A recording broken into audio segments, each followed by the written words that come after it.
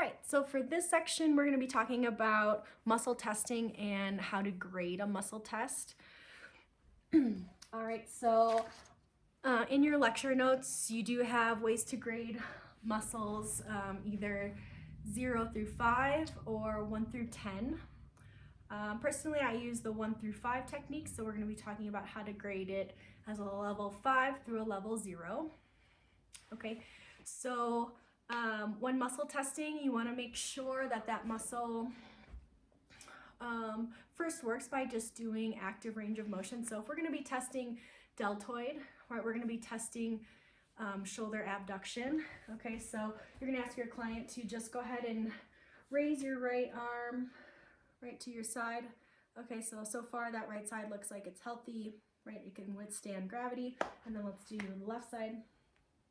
Okay, so go ahead and control that back. So that's active range of motion, right, for your client. So with active range of motion, you're going to have your client abduct their shoulder, just one of them. Okay, and a grade 5, right, you're not giving them all the resistance in the world. You're giving them just enough, right, to have them respond by pushing up, right, and resisting your movement. So with these responses, you want to make sure first that their shoulder is in the right plane, right? So by that, right, when we do abduction, we want to be in this frontal plane,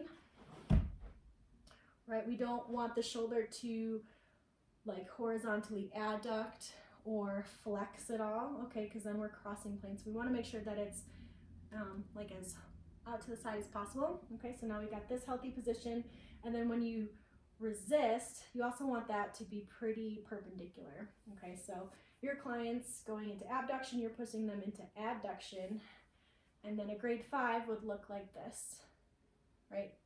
A nice, healthy, stable, strong position of the deltoid. Okay. In between muscle tests, you'll want to give them some rest. You'll also want to give them rest in between muscle tests, as well as test 2 to 3 times, right, so that you get a nice strong connection.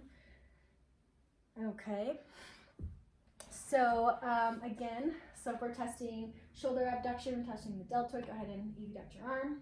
Okay, grade 4 would look like they have a little bit of weakness, but they're still able to withstand resistance. Okay, so on the count of 3, you say 1, 2, 3, resist. Right, so there's a little dip, but then after a minute or so, right, that muscle is still able to resist, right, and it'll get stronger, right, the more that you do it. Okay, so relax. So there was a little dip, a little weakness, but still able to withstand resistance. That hurt? No?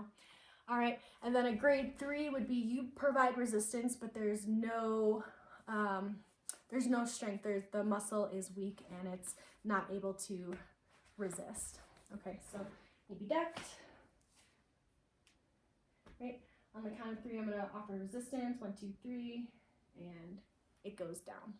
Okay, probably would like to do this standing, be a little bit better, have more range of motion.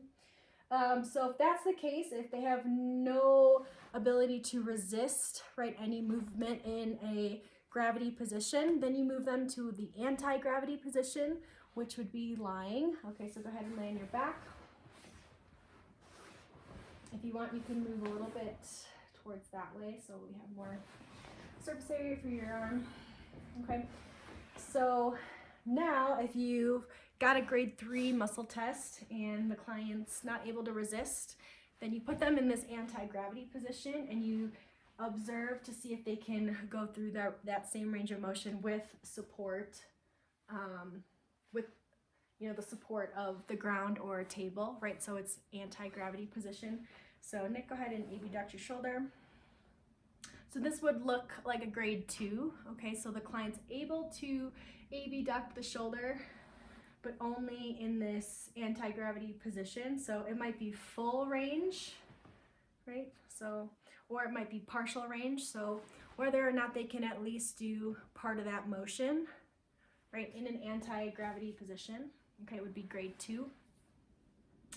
A grade 1 would be if you ask your client to do shoulder abduction, but they're not able to do the full motion or even part of it, right? All you really see is maybe some palpation of contraction here at the deltoid. So what you would observe, right, whether that's with your eye or with your fingers, right, just kind of, yeah, you see some contraction of the shoulder, right, but no real range of motion or ability to contract.